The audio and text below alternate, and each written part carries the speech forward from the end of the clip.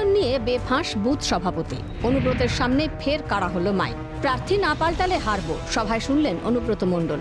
শুধু তাই নয়, ইতিহাসের পুনরাবৃত্তি হলো তাঁর সভায়। অভিযোগ, চোখে আঙুল দিয়ে অনুন্নয়নের ছবিটা দেখানোয় বলতে দেওয়া হলো না আরও এক বুথ সভাপতিকে। নলহাটির হরিপ্রসাদ হাই স্কুলে তৃণমূলের বুথ ভিত্তিক সভায় হাজির হয়েছিলেন অনুব্রত মণ্ডল। সভায় এলাকার সমস্যার কথা জানতে চাওয়া হয়। একসময় বলতে ওঠেন পাইকপাড়া গ্রাম পঞ্চায়েতের বসন্ত গ্রামের ৭১ নম্বর বুথ সভাপতি আবুল হাসনাত। জেলা সভাপতিকে সামনে পেয়েই এলাকার সমস্যা নিয়ে নানা কথা বেরিয়ে আসতে থাকে আবুল হাসনাতের মুখ থেকে। এই সময় ওই নেতার হাত থেকে মাইক কেড়ে নিতে দেখা যায় নলহাটি পুরসভার চেয়ারম্যান রাজেন্দ্র প্রসাদ সিংকে। এটা কি হবে সেটা প্রার্থীর উপর নির্ভর করবে, কারণ এখন পর্যন্ত কোনো কাজ করে না। নাটক এখানেই শেষ হয়নি। পরে সাংবাদিকদের সামনে আবুল হাসনাত বলে ওঠেন, বহিরাগত প্রার্থী চাই না। তখন ওই বুথ সভাপতিকে টেনে নিয়ে যান অন্য কর্মীরা। আমরা স্থানীয় প্রার্থী চাই, আমরা ভাড়াটিয়া কোনো প্রার্থী চাই না। আসলে লোকসভা ভোটের হিসেবে এই গ্রামের ৭১ নম্বর বুথে তৃণমূল ২৯৭ ভোটে এগিয়ে। কিন্তু ব্যবধান বাড়াতো দুরস্ত, প্রার্থী বদল না করলে ভোট শূন্য হয়ে যাওয়ার আশঙ্কা প্রকাশ করেছিলেন আবুল হাসনাত। সেখান থেকেই গন্ডগোলের সূত্রপাত। একটু বাড়বে না, বাড়বে না কমবে সেটা নির্ভর করবে প্রার্থীর উপর।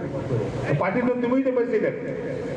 কারণ আমাদের কিছু সমস্যা আছে, সমস্যার সমাধান এখন পর্যন্ত হয়নি। হলে জিরো হয়ে যেতে পারে, আবার বিরোধী শূন্য হয়ে যেতে পারে। এদিন ওই গ্রামে গিয়েও দেখা গেল স্থানীয় বিধায়কের ওপর মানুষ ক্ষুব্ধ। গ্রামে নাকি দীর্ঘদিনের পানীয় জলের সমস্যা।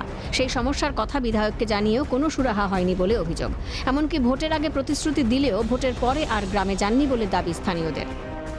জল, রাস্তাঘাট এইসবের লেগে আগে বলেছিল তো বলেছিল ভোটের আগে বলেছিল যে অসুবিধা হবে না, জলের ব্যবস্থা, রাস্তার ব্যবস্থা আমরা করে দেব। তো যেমন ভোট হয়ে গেল, এমএলএ আমাদেরকে এখনো দেখা করেন। আবার এখানে যদি আমাদের একটা টোয়াল হয় তো খুব ভালো হয়। তারপরে আমাদের রাস্তারও যোগাযোগ নাই। গ্রামের ভেতরে টিউবওয়েল খারাপ হয়ে গেলে পুকুরে জল খেতে হয়।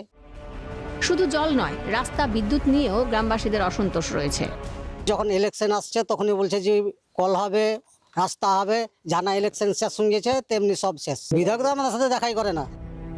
এখন কবে হবে উন্নয়ন, উঠছে প্রশ্ন। কারণ যে ব্যক্তি আওয়াজ তুলেছিলেন তাকেই তো বলতে দেওয়া হলো না, কারা হলো মাইক। তবে তৃণমূলের দাপুটে নেতা অনুব্রতের সভায় সত্যি কথা বলে ফেলায় কণ্ঠ থামানোর নজির এই প্রথম নয়। গত মাসের শুরুতেই পরপর দুদিন একই ধরনের অস্বস্তির মুখে পড়েছিলেন অনুব্রত। একজনের ঘাড়ে নামে শাস্তির খাঁড়া, অন্যজনের মাইকই কেড়ে নেওয়া হয়েছিল। এই সেদিন দেশে গণতন্ত্র নেই বলে সরব হয়েছিলেন তৃণমূল নেত্রী। কিন্তু তাঁর দলের ভিতরেই গণতন্ত্র রয়েছে কি? সিউড়ি, নলহাটির এই ঘটনাগুলিতে প্রশ্ন তুলছেন সমালোচকরা। বীরভূম থেকে ভোলানাথ চক্রবর্তীর রিপোর্ট, ক্যালকাটা টেলিভিশন নেটওয়ার্ক।